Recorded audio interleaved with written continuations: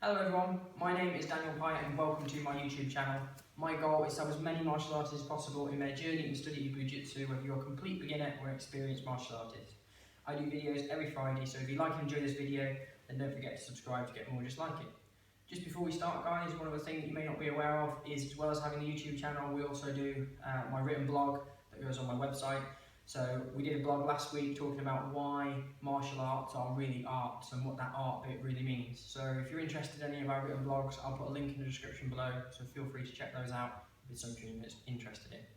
This week we're going to have a look at applications of headlock, and we're going to look at two versions that we do within our yellow belt syllabus, and I'll talk to you about why we do those. The first one is using headlock as a block, and we'll sort of talk about some of the principles that makes that more effective, and then we'll have a look at how it can be used also as a strike.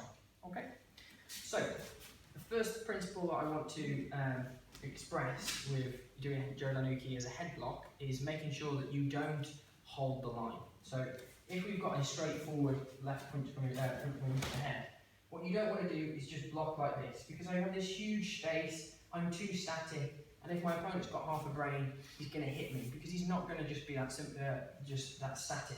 So when the attack comes, it's really important that as my opponent's punch comes, that I move. So rather than just staying on the line and going straight back, or just pivoting but keeping my distance, because from here, if Alan opens his left foot, the opposite punch is open, so he's on a perfect distance. So I want to close, I need to intercept, I need irimi, I need to enter. So I could, as the punch comes, just come straight in, but that relies on me being much stronger than my opponent. So what we do is we give and take. So as his punch comes, I'm going to go back about 5 degrees, and then I'm going to come back in 5 degrees. So I end up in this position. Okay, one more time. So that's the footwork. So a slight shift back, a 5-degree angle, and then cut back in. Whilst I do that, we do the headlock and we intercept at an angle, which you can see is slightly turned my opponent. So that opposite punch is now, hopefully, just out of reach. He's going to have to make a big adjustment in order to be able to hit me. I'm also pressing to put weight on his back leg, stretching his arm so I'm exposing the intercostals, which is then when I can follow through with my punch, whichever one I want. So, one more time, we want to move and intercept. Punch. From here, what we follow up with is how can I hit him in the head when the arm is in the way. So we pass and look at a basic application of shuto. From there, I want to break his balance, I want to be able to knee him, so I'm going to move this arm out. Now I don't do this on the spot, I want to pull my opponent out, keep him off balance.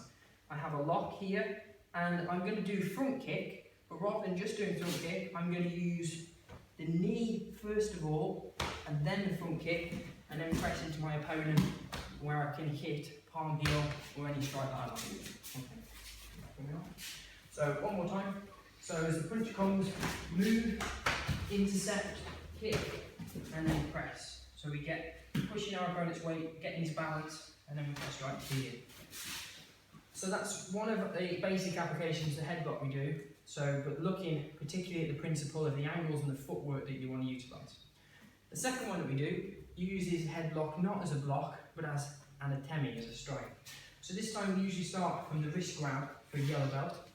So I want to use the hikite as a grip and a pull to bring my opponent forward, which I time with my hip and my footstep. So as I bring my opponent forward, I come in with the forearm strike to the neck, and I use this roll to press into my opponent as part of my position. So turn around. So as I step back, I grip, come in with the forearm strike. I want to get a push and a pull, and keep that as I come in. So I get close to my opponent, come through for koichigari, and then throw.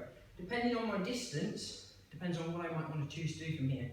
I can, if I enter quickly, come into the legs to press, kick, and come through. If my opponent's at more of an angle, I might be better served by coming off to the side and coming back in. Or I can back off, depending on personal preference. One more time. So with my hip, with my foot. So all together, grip to pull my opponent forward. Come in, step up, through, maegeri, and I've got my option, depending on where my opponent is, which way that I can come, and then come in.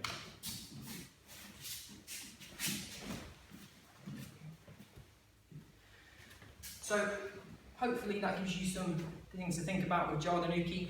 It is a primal and fundamental technique. So we have the basic version, which is just a standard block, but it can be used for a variety of other techniques. And using it as a forearm strike is particularly effective, particularly against the side of the neck and the carotid artery. If you like that video, guys, feel free to check out more of our videos. You can do that by clicking the links here and here. And don't forget, you can always click subscribe by clicking the button in the bottom corner. Please don't forget to share this video with all your friends and put a comment in the down below, and I'll get back to you. And see you next week.